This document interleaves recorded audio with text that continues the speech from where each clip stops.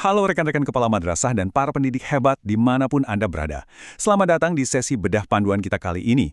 Hari ini kita bakal ngobrolin gimana sih memetakan langkah strategis buat memimpin transformasi digital di sekolah kita.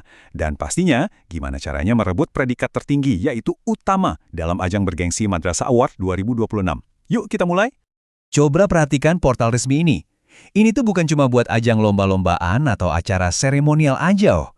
Justru, ini adalah katalisator yang benar-benar fundamental buat memetakan dan ngangkat kualitas pendidikan kita ke level berikutnya, yang tentunya udah 100% berbasis data dan bukti digital. Nah, sebagai pimpinan madrasah, kita harus banget pegang filosofi ini. Transformasi digital itu nggak boleh berhenti cuma jadi jargon manis di spanduk depan gerbang sekolah, ya kan?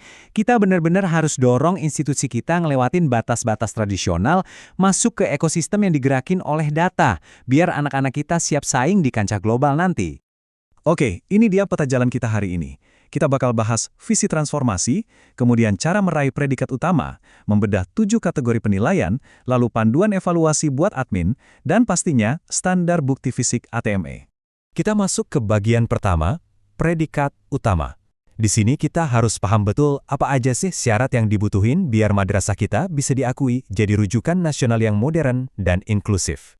Nah, perjalanan kita itu diukur lewat 5 tingkatan predikat keunggulan. Ibaratnya, kita mulai dari pemula yang masih butuh pembinaan, terus merangkak naik setahap demi setahap, sampai akhirnya bisa nembus ke posisi paling top, yaitu tingkat utama.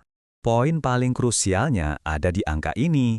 Dari total nilai maksimal 1000 poin, target strategis kita sebagai kepala madrasah adalah gimana caranya nembus skor antara 901 sampai 1000. Karena ya cuma dengan menembus rentang angka itulah kita bisa ngamanin gelar utama yang prestisius tadi.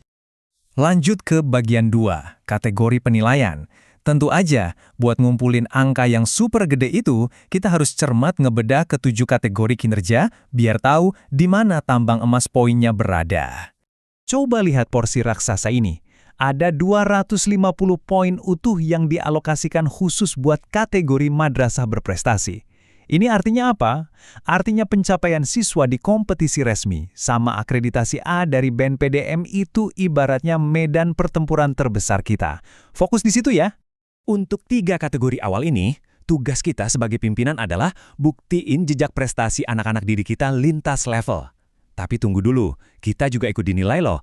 Kita harus bisa pamerin dashboard manajemen digital real-time kita, udah nggak zamannya lagi laporan kertas manual, dan dorong terus guru-guru kita buat bikin media pembelajaran digital yang inovatif. Sisa kategorinya nuntut kita buat punya infrastruktur operasional yang mantap. Mulai dari nyimpen arsip di cloud, fasilitas Wi-Fi 100 Mbps, sampai pemakaian LMS tiap hari. Kita juga wajib mastiin program tahfiz kita dikawal ketat sama guru-guru yang bersanad.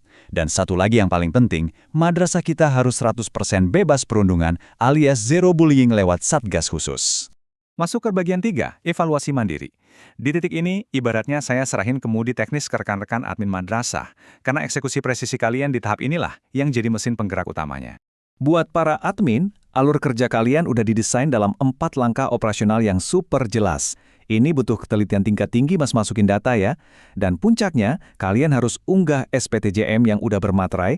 Ini dokumen krusial yang mengikat secara hukum atas semua data digital yang disetor. Sekarang kita masuk ke bagian 4, bukti fisik ATMA.